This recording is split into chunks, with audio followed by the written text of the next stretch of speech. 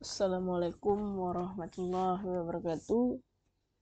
Salam sejahtera untuk kita semua, sahabat ekonomi yang saya banggakan. Hari ini kita akan masuk ke materi kedua pada mata kuliah ekonometrika.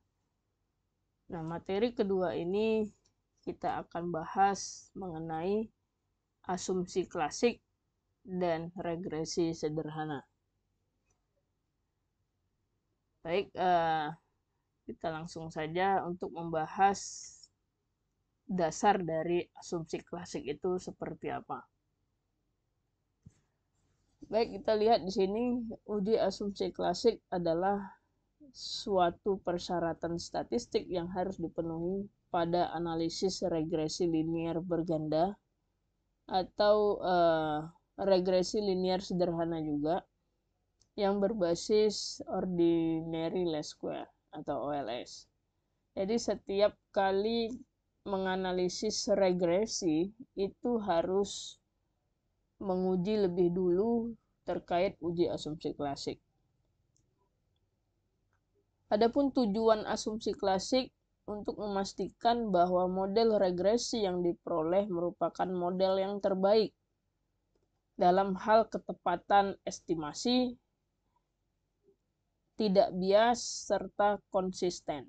Maka perlu dilakukan pengujian asumsi klasik. Ya, sumbernya dari Juliandi di tahun 2014. Jenis uji asumsi klasik itu ada uji normalitas, ada uji multikolinearitas, ada uji heteroskedastisitas, dan ada uji autokorelasi.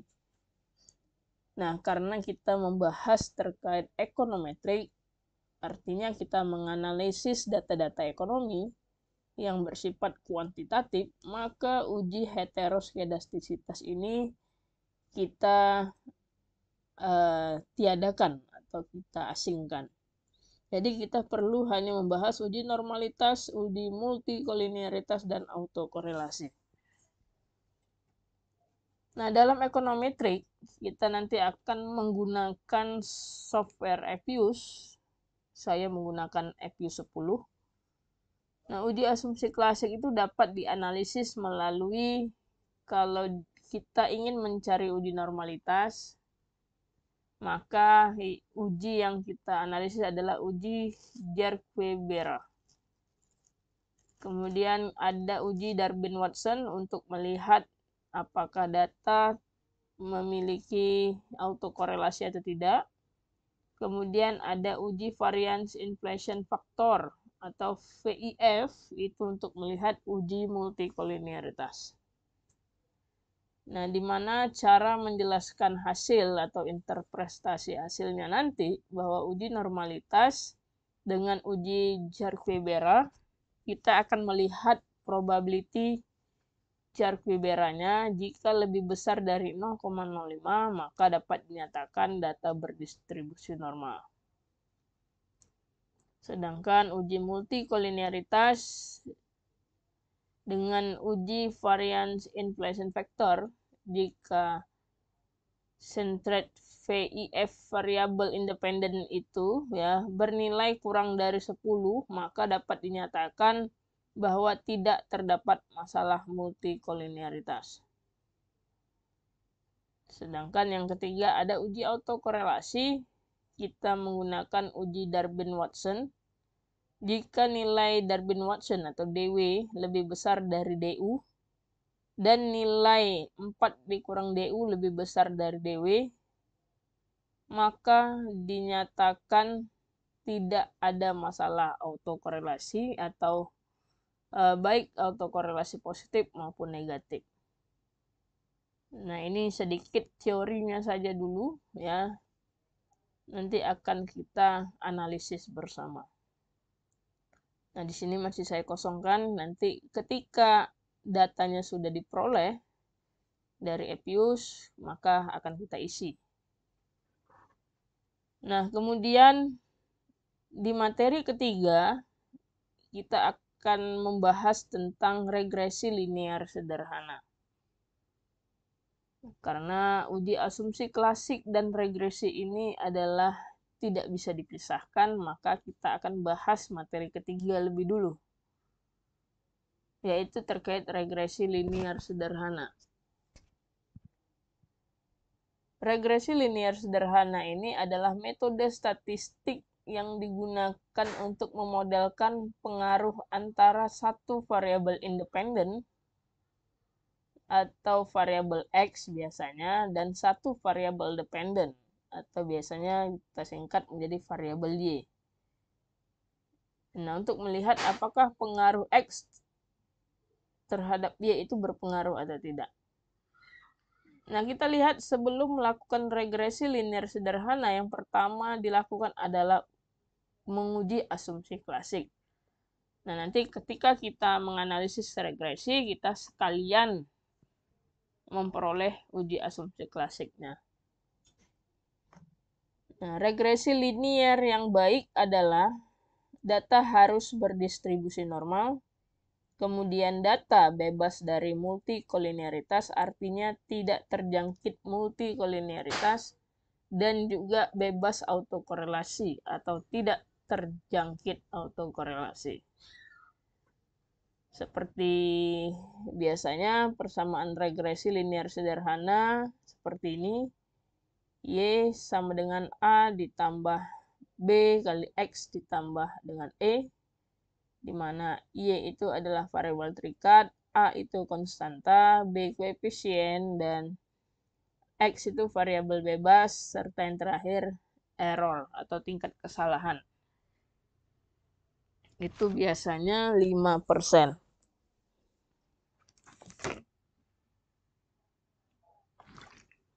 Oke, untuk kasusnya, ya kita langsung ke kasus saja. Kita akan menganalisis pengaruh kemiskinan terhadap pertumbuhan ekonomi di Indonesia. Kita menganalisis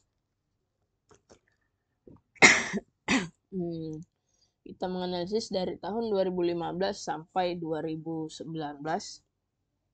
Sampai 2022. Ya, 2022, sorry.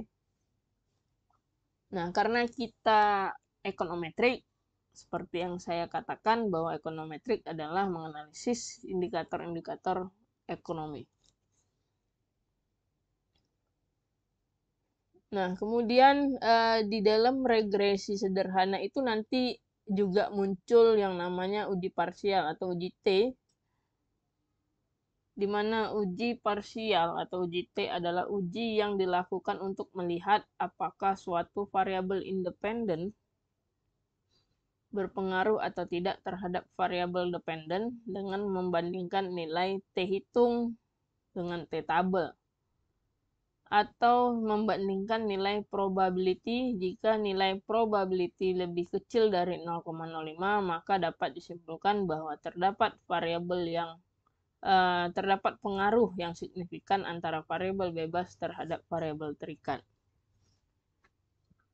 Selain uji T, juga akan kita analisis uji determinasi atau R-square, di mana dalam analisis regresi digunakan untuk mengevaluasi seberapa baik model regresi cocok dengan data yang diamati. Koefisien determinasi adalah ukuran yang menunjukkan seberapa besar variabilitas dalam variabel dependen yang dapat dijelaskan oleh variabel independen dalam model regresi. Jika nilai 0 menunjukkan bahwa variabel independen tidak dapat menjelaskan sama sekali variabilitas dalam variabel dependen, namun jika nilainya 1 menunjukkan bahwa variabel independen menjelaskan seluruh variabel dalam variabel independen, ya, seluruh variabilitas dalam variabel independen.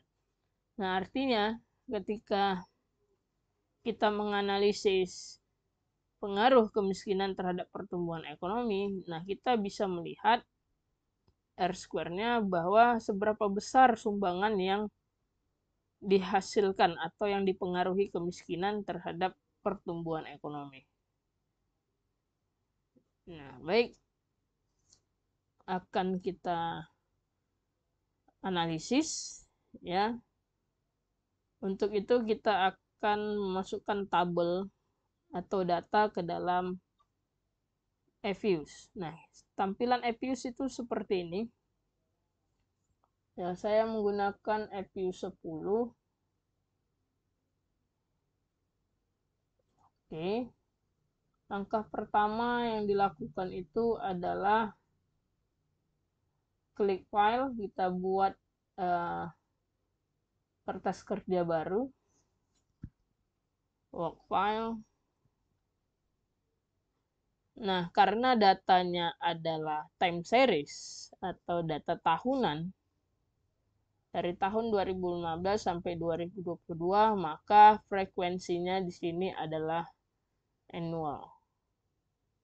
Nah, kalau quarterly, bulanan, ini tinggal Anda pilih saja. Karena kita tahunan, kita annual.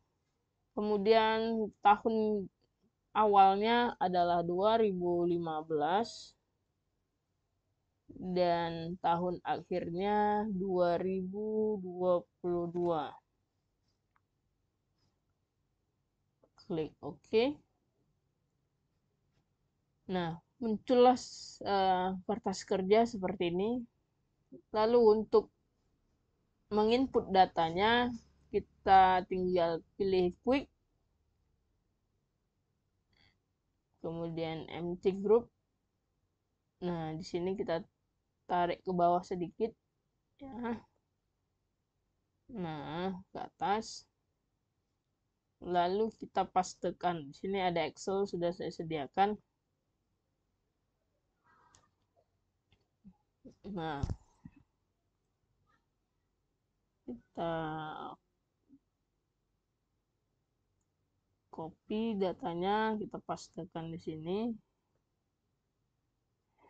Nah, di sini kita buat, karena saya mulainya dari variabel Y, maka kita buat di sini Y. Kemudian yes. Kemudian di sini adalah X. Yes. Oke, data sudah masuk, kita tinggal close saja. Yes. Nah, ini datanya sudah masuk. Ya, teman-teman. Langkah selanjutnya kita akan melakukan estimasi. Kita pilih Y terlebih dahulu, karena Y itu adalah variabel independennya, ya. Kalau eViews itu lebih dimulai dari variabel Y, kemudian variabel X. Kemudian kita klik kanan, baru open as equation. Nah, ini adalah persamaan. Nah, ini seperti ini persamaan, maka kita sesuaikan. Karena Y-nya lebih dulu, sesuai dengan persamaan yang kita buat di Word. Nah, ini Y-nya lebih dulu, ya. Sama dengannya tidak usah dibuat, namun A ini adalah konstanta. Itu sama dengan C. Ya, konstanta itu sama dengan C, maka kita pindahkan dia di depan dari variabel Y kita. Lalu kita spasi. Nah, baru di sini ada nilai X.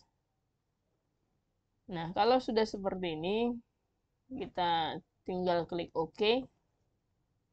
Maka kita akan muncul hasil dari regresinya. Ya. Ini adalah hasil regresi, teman-teman. Namun sebelum sampai di sini, teman-teman, ya, tadi kan regresi linear itu harus didahulukan untuk menguji asumsi klasik. Nah, sebelum kita memperoleh atau mengambil hasil ini, kita harus tahu dulu apakah data-data yang kita gunakan bebas dari multi dan autokorelasi atau data ini berdistribusi normal atau tidak. Maka langkah yang dilakukan adalah kita pilih yang namanya view. Nah, kemudian ada residual diagnosis. Nah, residual karena yang kita sekarang ingin melihat data itu berdistribusi normal atau tidak, karena dia data yang baik itu errornya itu atau residualnya itu harus berdistribusi normal. Maka di sini ada residual diagnosis, baru histogram normality test. Kita lihat. Nah, di sini kita bisa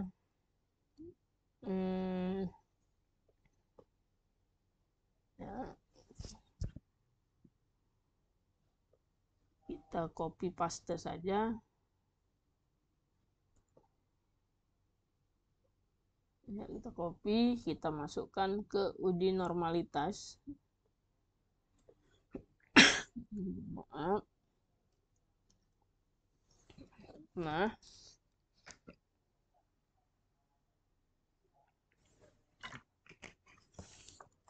di sini kita lihat untuk menguji nilai normalitas jika nilai probability Jerk-Ibera itu lebih besar dari 0,05. Nah, ini probability Jerk-Ibera.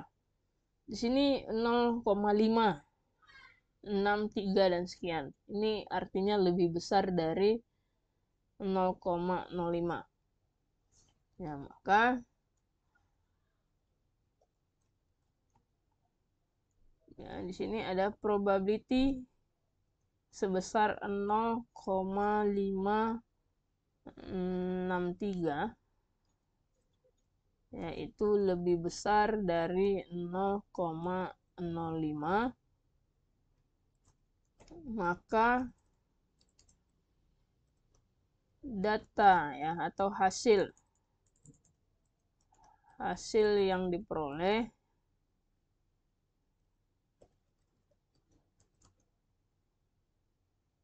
data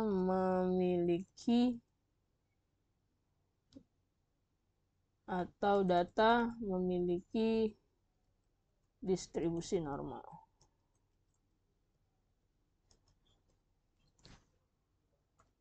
Ini teman-teman ya. Teman-teman bisa mengeksplor lagi bahasa-bahasa yang menjelaskan atau yang bisa lebih baku lagi ya. Nah, ini dari hasilnya itu adalah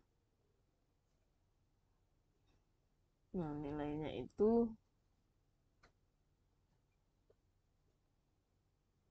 sebesar 0,5,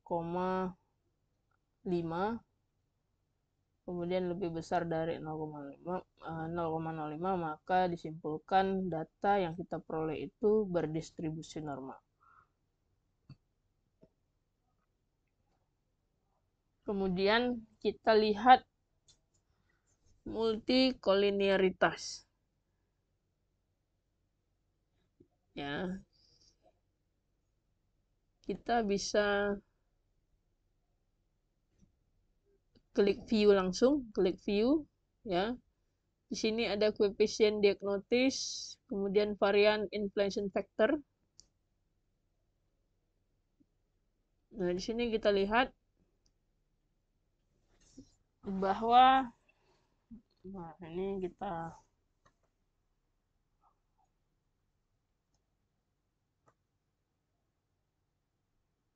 copy paste dulu kemari.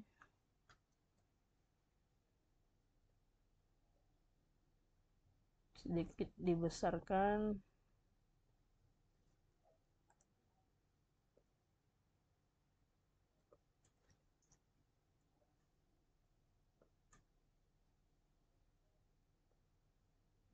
Nah, dari hasil ini ya kita lihat nilai centroid F ya, VIF ini itu adalah 1.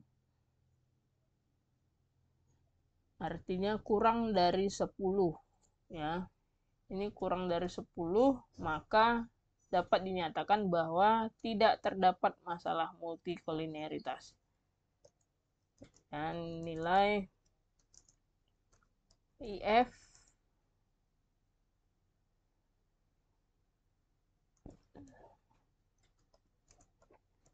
sebesar 1,00 ya, di sini koma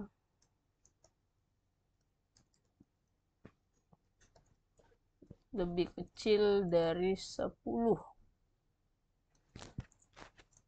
maka dinyatakan bebas dari multikolinearitas. Oke, teman-teman. Berarti normalitas terpenuhi, data kita berdistribusi normal, kemudian bebas juga atau tidak terjangkit multikolinearitas. Nah, kemudian untuk autokorelasi. Untuk autokorelasi kita bisa lihat dari persamaan regresi atau hasil dari regresi pertama tadi. Kita tinggal klik estimate aja, ya estimate. Kembali ke sini, lalu kita klik OK lagi. Nah, di sini ada Darwin-Watson start. Ya, kita lihat. Berarti di sini kita anggap DW Darwin-Watson start itu bernilai 0,501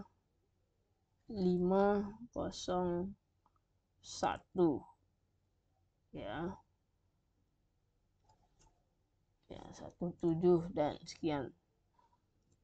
Nah, kemudian N-nya itu adalah variabelnya, sampelnya ada berapa? Ada 8. Ya, ada 8.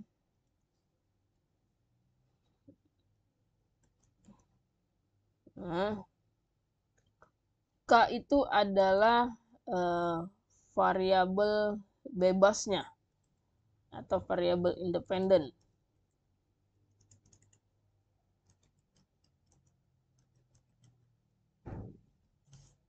Variabel bebas itu 1 ya. Kemudian nilai DU dan nilai 4 kurang DU itu diperoleh dari tabel Darwin-Watson. Tabel Darwin-Watson itu ini teman-teman, ini Darwin-Watson tabelnya. Di sini N kita 8. Kemudian variabel kita 1. Variabel K-nya, variabel bebasnya 1, berarti di sini. Nah, berarti DU-nya itu adalah 1,3324. Nah, itu sama dengan di SPSS. Titik yang ada di hasil-hasil SPSS ataupun EPIUS itu kalau dia titik itu diartikan koma ya. Jangan sampai salah. Hasilnya 1,3324. Nah, kemudian 4 dikurang DU. Maka 4 dikurang 1,334. Ya. Nah, kita bantu dengan biar lebih apa saja. Ya, biar lebih yakin saja kita 1 dikurang 1,3324.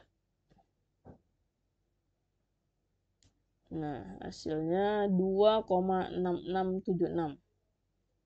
2,6676.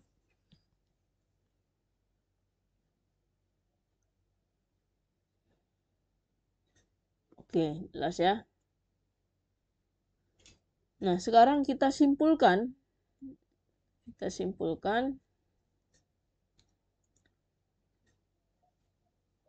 Jika nilai DW lebih besar dari DU dan nilai 4 kurang DU lebih besar dari DW, maka tidak ada masalah autokorelasi. Nah, di sini saya copy, saya pastekan di sini. Tinggal kita masukkan nilainya saja. DW itu nilainya 0,5017.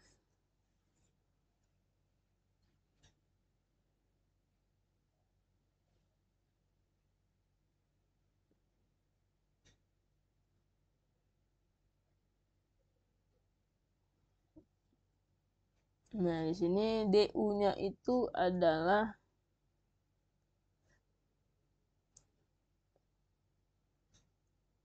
1,3324. Nilai 4 DU-nya 2,6676. DW-nya 0,5017.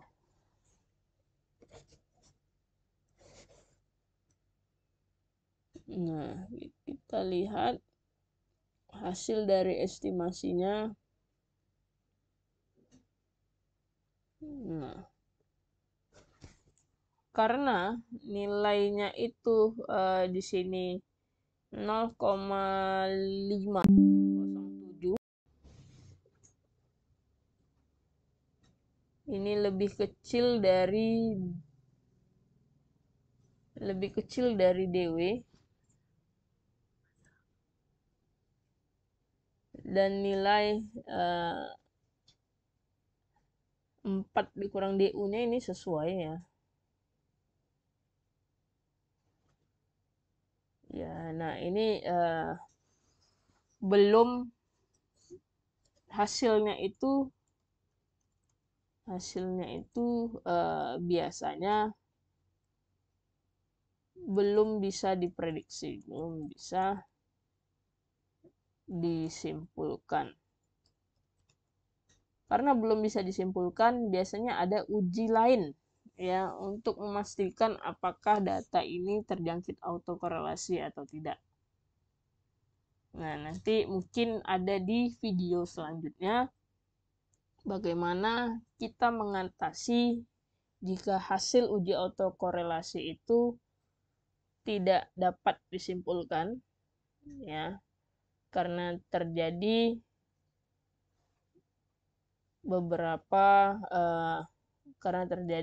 nilai DW itu ternyata lebih kecil daripada DU. Kemudian 4 dikurang DU ini sudah sesuai, lebih besar daripada DW. Ya. Mungkin dapat video selanjutnya. Nah, untuk uji asumsi klasik ya, mungkin sampai di situ saja terkait tentang uji asumsi klasik pada data regresi sederhana dengan analisis pengaruh kemiskinan terhadap pertumbuhan ekonomi di Indonesia pada tahun 2015 sampai dengan tahun 2022. Untuk video regresi, hasil regresi linear sederhana, kita akan lanjut di video selanjutnya. Ya, mohon maaf jika ada kekurangan, dan saya akhiri. Salam sehat buat kita semua. Wassalamualaikum warahmatullahi wabarakatuh.